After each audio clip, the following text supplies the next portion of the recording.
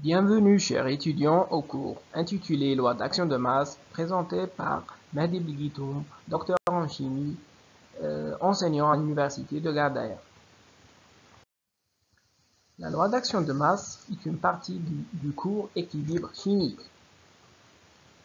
La loi d'action de masse permet de définir l'équilibre d'un système réactionnel. Donc, soit l'équilibre homogène suivant.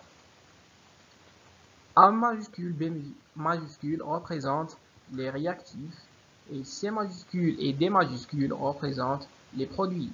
A minuscule, B minuscule, C et D minuscule représentent des coefficients stéchiométriques.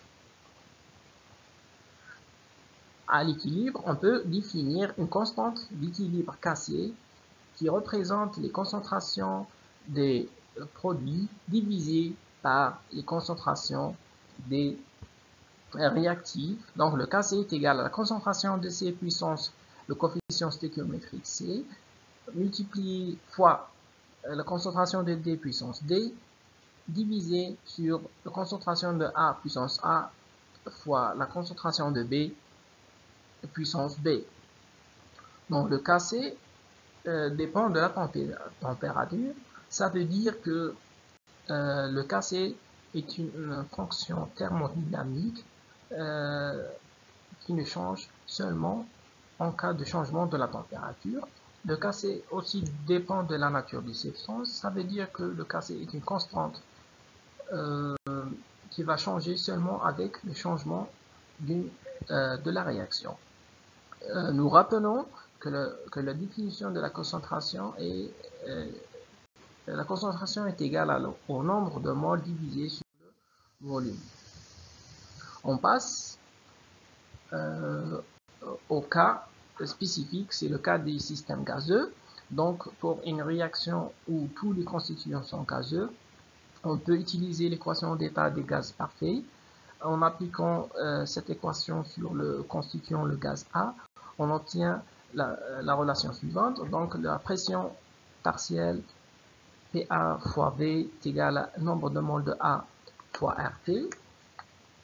Donc le PA ici, la pression partielle A est égale à NA sur V fois RT. On peut remplacer NA sur V par la concentration de A et on obtient ici la concentration de A est égale à la pression partielle de A fois RT moins 1.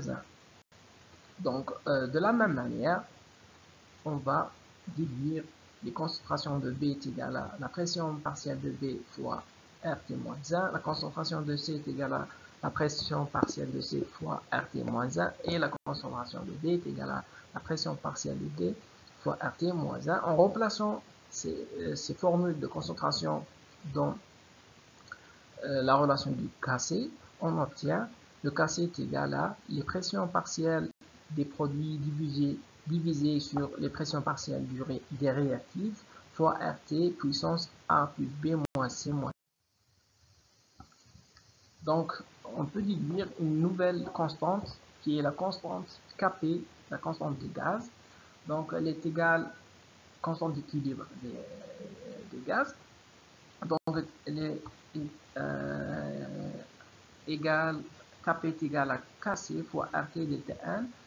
Je précise ici que le delta N, c'est la différence de nombre de moles. Donc, c'est le nombre de moles des produits moins le nombre de moles des réactifs. Pour récapituler, pour une réaction où les constituants sont gazeux, on définit le Kp comme étant les pressions partielles des réactifs des produits divisées par les pressions partielles des réactifs. On a aussi une relation très utilisée dans le cas des gaz, c'est la pression partielle Pi est égale à la pression molaire Xi fois la pression totale. Équilibre de dissociation. Donc on définit un nouveau coefficient qui est le coefficient de dissociation alpha. Donc alpha représente le nombre de moles dissociés divisé par le nombre de moles initial, 1, 0. Donc, suite à cette définition, on obtient deux cas. Le premier cas, c'est le cas des électrolytes forts. Nous savons que les électrolytes forts se dissocient complètement. Donc le alpha est égal presque 1, est voisin de 1. Le deuxième cas, c'est les électrolytes faibles.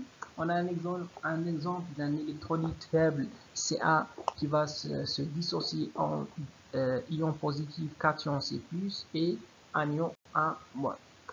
Donc on a ici un tableau d'avancement de la réaction. À T égale à 0, la concentration initiale de l'électrolyte est C0 et les produits sont en une concentration de 0.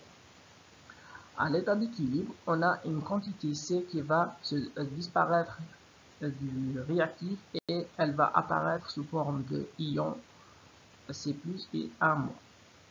En divisant C0 sur C, on obtient alpha. On peut remplacer les concentrations dans la relation de loi d'action de masse, donc dans la relation de la Kc, et on obtient le Kc est égal à alpha au carré C0 divisé sur 1 moins alpha. Et merci pour votre attention.